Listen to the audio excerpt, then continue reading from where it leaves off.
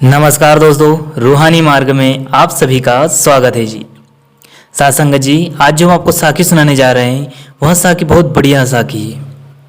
आप जी को इस साखी से पता चलेगा कि देखिए किस तरह से एक बुजुर्ग जी ने अंतिम श्वास तक अपनी सेवा दी। जब मौत का वक्त आया उससे पहले भी वह सेवा करते गए।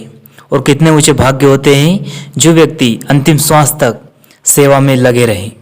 तो चलिए चलते हैं अपनी साखी की ओर। गुरु प्यारी साध संगत जी, एक बुजुर्ग जी जो कि अपने घर से लगभग 4 से 5 किलोमीटर दूर सत्संग घर में आया करते थे। और यह साखी हमारे ही पाइंटी की है जी। साध संगत जी, वह बुजुर्ग जी हर रोज जब भी रविवार रहता सभा में व सत्संग में जरूर आया करते थे। वहाँ बुजुर्ग जी की अवस्था लगभग 60 वर्ष की हो चुकी थी, लेकिन उनकी अंदर जो एक तड़प थी सत्संग के लिए, सेवा के लिए, वह हर रोज आया करते थे और सेवा भी करते। देखिएगा जब वहाँ सत्संग बुजुर्ग जी अपनी सेवा के लिए जब भी आते उनको कोई ना कोई मुसीबत, कोई ना कोई परेशानी जरूर आती, लेकिन वह कभी भी सत्संग व सेवा के लिए नहीं रुके। और एक समय ऐसा भी आया कि उनकी आयु के अनुसार उनको परेशानी भी बहुत सारी आई, लेकिन फिर भी वो कुछ देर बैठ जाते, फिर उठ जाते, फिर चलते, फिर बैठ जाते। कोई मिल जाता तो उनकी गाड़ी पर सेवा सत्संग घर पहुंच जाते। सत्संग जी, हाँ, समय ऐसे ही चलता रहा। एक बार वह बुजुर्ग जी अंतिम सेवा करने के लिए आए। अंतिम इसलिए कह रहे हैं क्योंकि उस दिन के बाद वहाँ इस प्रकृति में विलीन हो गए, उस कुल मालिक से जा मिले। सत्संग जी, वह बुजुर्ग जी हर रविवार को सेवा करने आते और वह रविवार शायद उनके लिए अंतिम रविवार था। सत्संग जी, वह बुजुर्ग जी महीने के अंतिम रविवार में सेवा करने आए थे।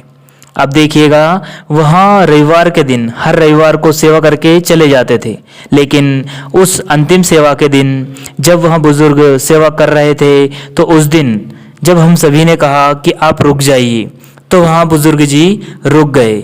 बहुत समय तक सभी सत्संगी भाइयों के साथ सेवा की और बहुत समय के लिए सभी के साथ हुजूर महाराज जी की बात भी की। सभी से अपना अनुभव सुनाया, सभी ने उनको अपना अनुभव सुनाया और बड़े प्रेम प्यार से सेवा की। अब किसको पता था कि बुजुर्ग जी कल हमें मिलेंगे ही नहीं। देखिए उस कुल मालिक जो सेवा लेना है वो तो अंतिम सांस तक लेकर ही रहता है। और शायद हमारे कितने ऊंचे भाग्य रहते हैं कि हम इस दुनिया के कामकाज के छोड़कर और सेवा करते हुए अंतिम सांस ले। बड़े ऊंचे भाग्य रहते हैं ऐसे व्यक्तियों के जो कि अंतिम सांस तक भी सेवा करते हुए जाए। तो वहाँ तो कोई मालिक का प्यारा ही रहता है। ऐसी दया उन बुजुर्ग जी पर उन सदगुरु जी ने की। वहाँ सत्संगी जी जो कि बुजुर्ग थे वह अंतिम श्वास तक सेवा करते रहे। देखिए वहाँ हर रविवार को समय से चले जाते थे, लेकिन उस दिन हमारे सभी के कहने पर वह बुजुर्ग जी बहुत समय पर रुके और बड़े प्रेम से सेवा की, क्योंकि उस मालिक को शायद वो सेवा लेनी थी। अब उन बुजुर्गों को तो पता नहीं था कि इसके बाद शायद ही मैं सेवा में आऊँ, लेकिन वो कुल मालिक तो जानी जान है, वह सब जानता है। तो उन बुजुर्गों ने बहुत समय तक सेवा की और सेवा करने के बाद वो अपने घर को लौट गए। सत्संग जी, आपको बताते हुए बड़ा ही मन दुखी होता है कि वहाँ शाम को जाकर जैसे खा पी कर सोए और सुबह अपने आप को उस मालिक में विलीन कर लिया। कहने का तात्पर्य है कि वहाँ उस मालिक से जा मिले, शरीर छोड़ दिया। सत्संग जी, ऐसी मृत्यु बहुत मुश्किल से आती है। बड़े नसीब वाले होते हैं जिनको सेवा करते हुए अपने कुल मालिक की प्राप्ति हो जाती है जी।